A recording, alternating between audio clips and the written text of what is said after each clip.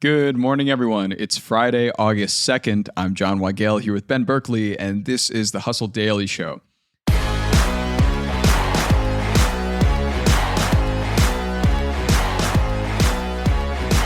Physical AI tech has been a popular topic in startup culture as we've seen devices like the Rabbit R1 and the Humane AI pin make their somewhat lackluster debuts in the past year.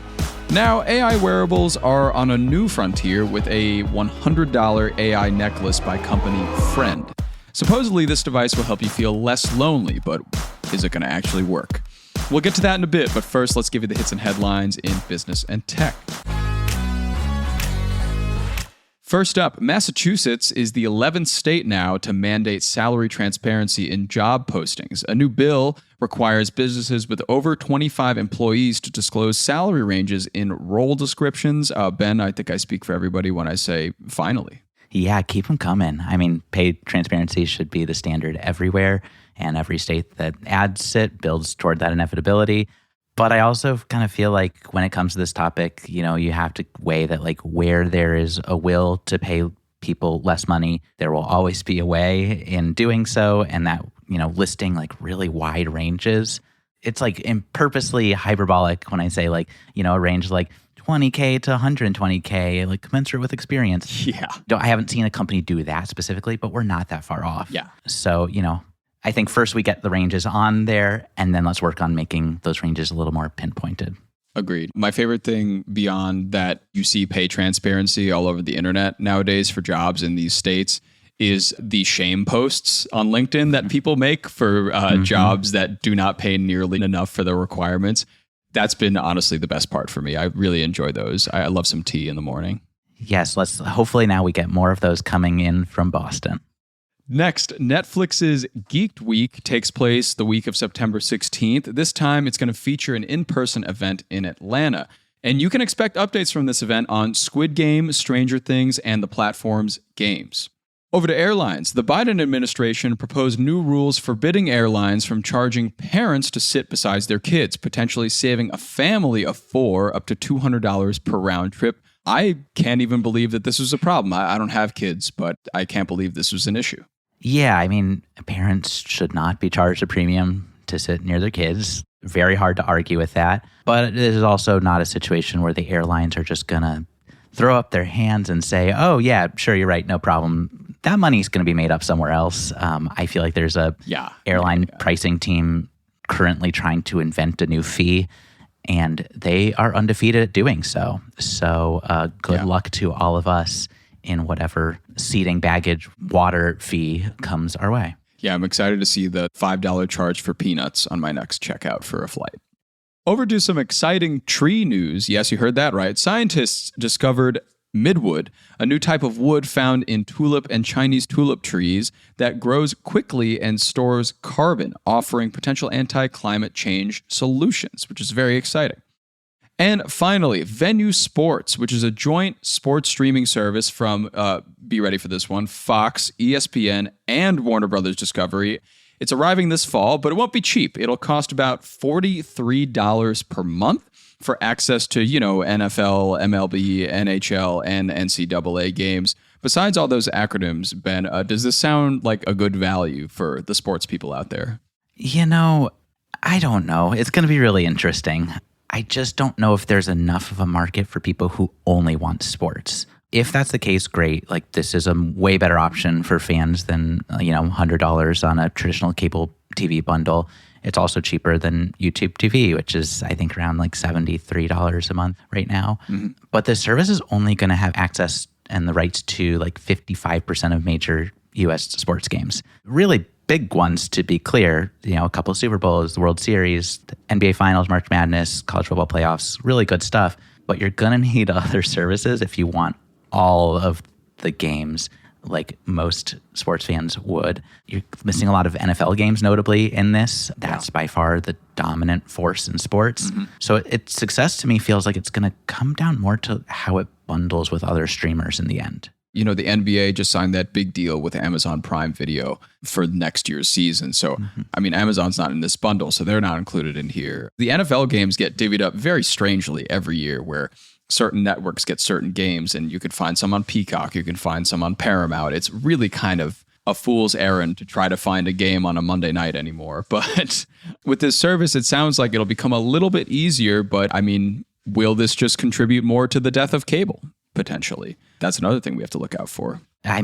We're basically there already. Yeah, pretty much. But I do think your point about the NBA deal is also really interesting, because this whole partnership came out before that deal came together and specifically fell apart for Warner Brothers Discovery. So, a big chunk of the games that they were counting on having, they're not there anymore after this season. So I think that's going to also be a really big loss for them in the value that they were hoping to get on this service.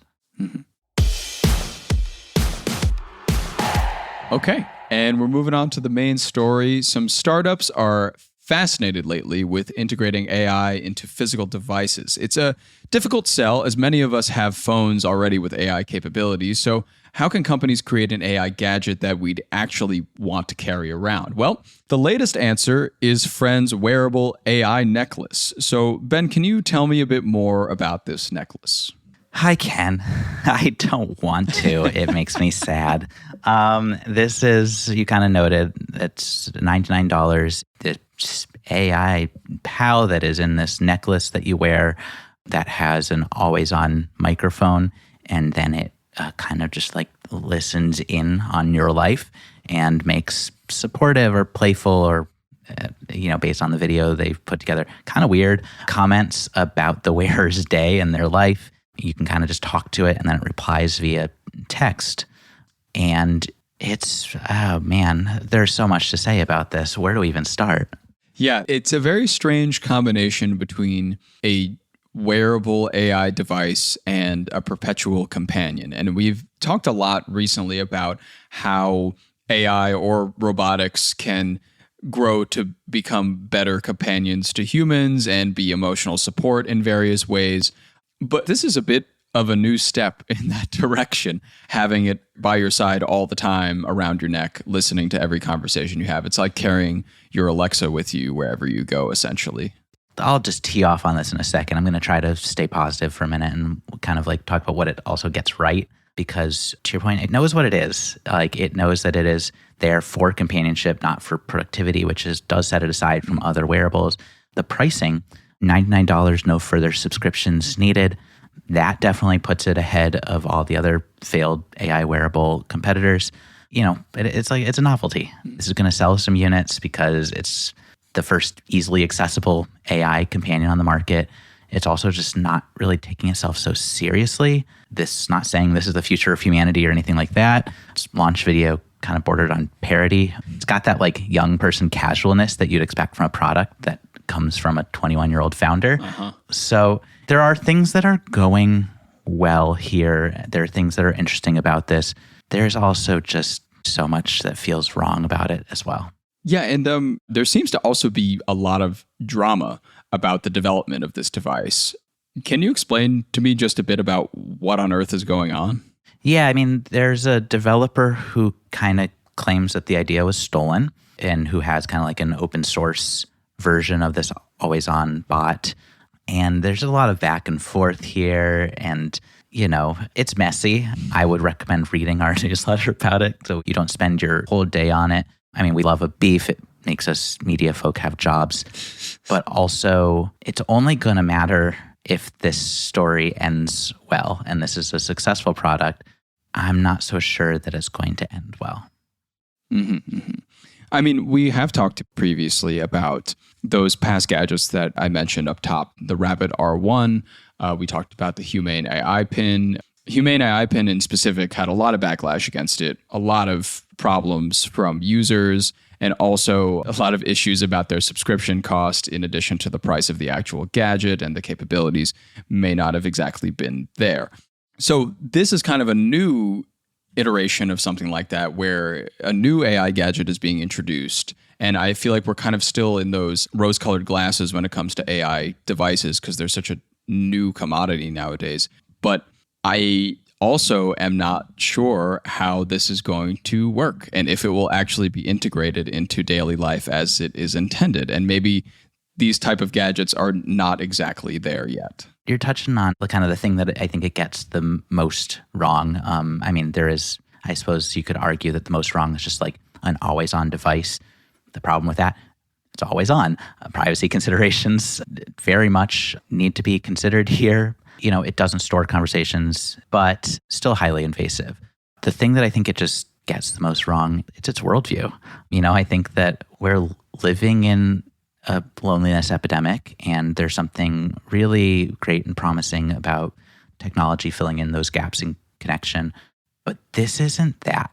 And it's a very fine line, but this feels like an embrace of people who want to live inside their phone and never interact with anyone else, and kind of being like, we support you. Let's not even be a human anymore.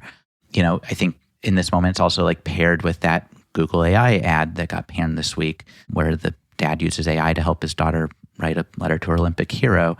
And it just feels like we're piling up the losses for humanity. This is not anti-AI. Like, the technology is great. It's revolutionary. It's going to better our lives in many ways. But this is just kind of like what happens when we cross into the commercialization of AI, is that we're putting this friendly smile on humanity being sucked out of everything.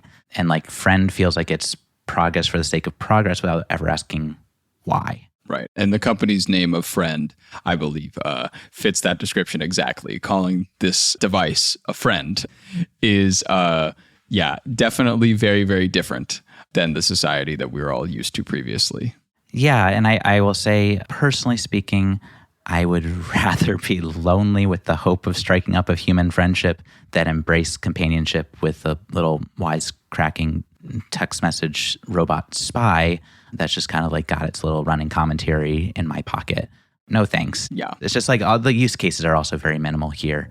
Kind of like rush to take advantage of a hot market to make a buck without thinking about like how clunky it is, kind of like the other AI wearables and Vision Pro. And, there's just like this moment right now where we're not quite locking into how technology fits into our world, but we're definitely trying a lot. And I guess that's good, but this does not feel like it's a thing that makes me feel good on the inside.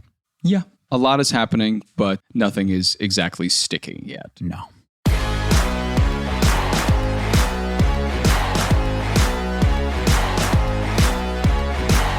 All right, and that's going to do it for us today. Thanks for tuning into the Hustle Daily Show. We're a proud part of the HubSpot Podcast Network. Our editor today is Robert Hartwig, and our executive producer is Darren Clark. We've got a lot more tech and business coverage in our newsletter. If you're not subscribed, go get yourself signed up at thehustle.co/email, and we'll see you Sunday.